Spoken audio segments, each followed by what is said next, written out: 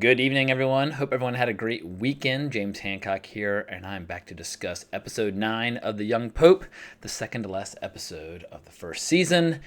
It was an awesome episode, but a very unusual episode, and one of the great pleasures of following this series has been seeing how Paolo Sorrentino, the filmmaker behind it, essentially views each episode as an opportunity to make a feature film. Granted, it's only 55 minutes in length, but there's subtle differences in style and tone and which characters are emphasized that almost make it feel as if this guy, over the course of this one season, has made a variety of movies as opposed to a TV show. Because most TV shows tend to have a pretty consistent storytelling voice. They've got a through line, they've got a structure. It's a plot-driven narrative. Whereas The Young Pope is something quite different. It's easily the most cinematic TV show that I've ever seen. And I'm just sorry to have it over, but obviously we got season 2 to look forward to in the very near future, along with one more episode, which I'll be eagerly looking forward to watching tomorrow night. I'd have to say that episode 9 was easily the most mysterious episode. I had initially almost had a little trouble following what was happening, but I always have faith in the storytellers behind the show, and I know I've got a safety net below me. And eventually, I will find myself back on firm footing, because this is an episode that really doesn't have much of Lenny, our hero of the show, nor does it have really any of Voyello, my favorite character, who for me is the lifeblood and the humor and the heart and the soul of this show. I really, really love the character of Voyello. So I was kind of initially treading water and trying to figure out what was happening as we shift the focus of the show to New York. They didn't even have the opening credit sequence. They just showed the East River and the title, The Young Pope. But this is an episode that primarily is about the fall and rise again of Gutierrez, as he initially seems to be totally failing in his task of investigating the Kurtwell case in New York, and then he comes in to really spike the football in the end zone. In a weird way, it's one of the most emotionally satisfying episodes of the season, because it's kind of a self-contained storyline. We've had a lot of allusions to Kurtwell throughout the season, and about the potential for him to have any evidence on Lenny, perhaps something that he can blackmail him with. But this is the story of Gutierrez. Spoiler alert, last warning, 1, 2, 3. The story of Gutierrez taking down Archbishop Kurtwell. So with all that out of the way, let's get into kind of the nuts and bolts of what made this episode work so well. The episode begins with one of the most ferocious debates one can possibly have within the Catholic Church, and that's the debate over abortion. Michael Spencer, who's very sick and infirmed and covered in a blanket sitting in a chair, is arguing with Lenny in favor of showing more compassion, essentially have strict principles, but compassion when it comes to how one applies one's principles. And what's fascinating is that Michael Spencer is a true historian and an intellectual, and he's bringing up a variety of historical precedents and points of view of different popes in the past. It's been a huge eye-opening experience about just the level of intellect that a lot of these guys have, and just how fiercely the debates within their own ranks can be waged, because as Lenny repeats over and over and over again, he is all in favor of complete and total rigidity. And Michael Spencer, who is dying, just implores him to reconsider how he views this particular topic. So back in New York, we see that Gutierrez is just a giant drunken mess. His hotel is a disaster area of empty bottles.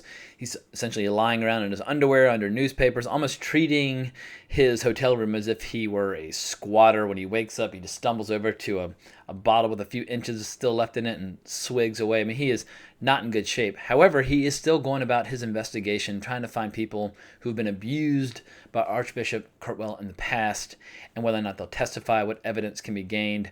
He even speaks to a liquor store clerk who's a very good-looking young guy who has dreams of being a tennis pro, about whether or not he'd be willing to try and seduce Kurtwell in order to lure him in. And all while he's going through this investigation, he notices that a very strange man has been following him, who's wearing this bizarre blonde wig. But yeah, Gutierrez at one point even has to do a FaceTime session on his laptop with Lenny, and Lenny asks to see a panoramic view of Gutierrez's room. And when Lenny sees just the complete horrid spectacle of alcoholism, he says, look, you've done all you can do. You have my permission to come on home. But the strange thing about this episode is that in spite of being a complete mess personally, Gutierrez begins to find some traction. The man who's been following him is in fact Kurtwell's son, and he makes some mysterious allusions to all the horrible experiences he had growing up. At one point, they're meeting in a bar, and when Archbishop Kurtwell shows up, his son hauls ass to get out of there, and Kurtwell sits down with Gutierrez and essentially says that he worked with Lenny for years, knows Lenny really, really well, and that Lenny would never dare prosecute him in any way, shape, or form because Lenny knows that Kurtwell has a bunch of evidence compiled against him. He also claims, very vainly, that Lenny begrudges and is envious of Archbishop Kurtwell's natural charisma. And in a weird way, he does have this charisma, even if it is the charisma of a pedophile and a rapist. He's got this weird, evil, deceptive charm. You can see why he has accumulated so much power and is feared so heavily in the borough of Queens, because most people don't want to speak out against him because they're absolutely terrified about his influence in that particular borough. Meanwhile, back in the Vatican, we see Michael Spencer is basically at the end. He's in bed, and he begs Lenny to tell him the story of the miracle that he was able to achieve once. And Lenny says, okay. And so he sits down, and we see the story of Lenny as a boy going to visit his buddy Billy, whose mother's dying in bed. Lenny's left alone with the mother for a little while. And so it's the brief bit of humor in this episode, he essentially demands to God that they have a one-on-one conversation. Then and there, like, it's time for us to talk about Billy's mother. So Lenny was very much Lenny, even as a young boy. And it seems like whenever he is ready to have a deep personal conversation with God, he puts the arms out and gets almost cross-eyed with intensity, and he gets really into it. And as he's praying, Sister Mary and a few other people come into the room, and the room gets flooded with sunlight. And when the sunlight fades, the woman is sitting up, and Lenny admits that the girl is still alive to this day. Spencer tells Lenny that he believes also that Lenny's mother is still alive to this day, and that he believes he will find her. And then Lenny at that point just breaks out in tears, and we see his first genuine expression of grief and emotion, probably in the entire first season. There's a very moving scene afterwards as Lenny and Boiello and Sister Mary and a few other people are walking through the trees in the Vatican, and this wind comes in, and all the branches are swaying. And whether or not that's to suggest that's Michael Spencer's soul moving on, or perhaps, you could interpret it in a variety of ways depending upon to what degree you are a spiritual person. But that's one thing that's great about the show, is that this show is neither a show exclusively for spiritual people, nor is it a show exclusively for people who are not spiritual, because I do not consider myself all that spiritual person. However, I really, really love and adore this show, in spite of the fact that it's dealing with matters that ordinarily do not concern me in my day-to-day existence. But the key of this episode is when Gutierrez finally confronts Archbishop Kurtwell and says that his presence is demanded back in the Vatican for a trial. Kurtwell calls Lenny and says, look, if you summon me to the Vatican for an embarrassing trial, I'm going to share everything I've got on you. And Lenny says, well, that's fine, because the world loves a story of love, and hangs up on him. And at that point, Kurtwell goes to a safe, pulls out a file he's been keeping on Lenny, calls a journalist and says that he's got all this juicy dirt. But when the journalist goes through it, he realizes there's a big giant hole in Kurtwell's claim, because this is not a scandal. These are love letters that were never sent. And while the love letters might describe all of Lenny's thoughts and feelings toward the girl that he was involved with in California, at the end, he admits that he's never going to send these. So these are essentially a work of fiction or literature, not a scandal. And at that point, Kurtwell realizes he is totally sunk and allows Gutierrez to escort him back to the Vatican. I love seeing the triumph of an underdog, and there's no bigger underdog in the show than Gutierrez, an individual with whom nobody had any real faith or confidence of any kind.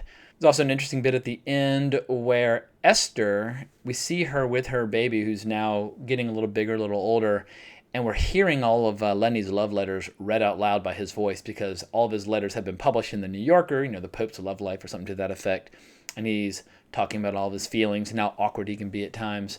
And Lenny does this great bit where he essentially flies in by helicopter and leaves a giant picture of himself with, I guess, by a sandcastle for Esther to find.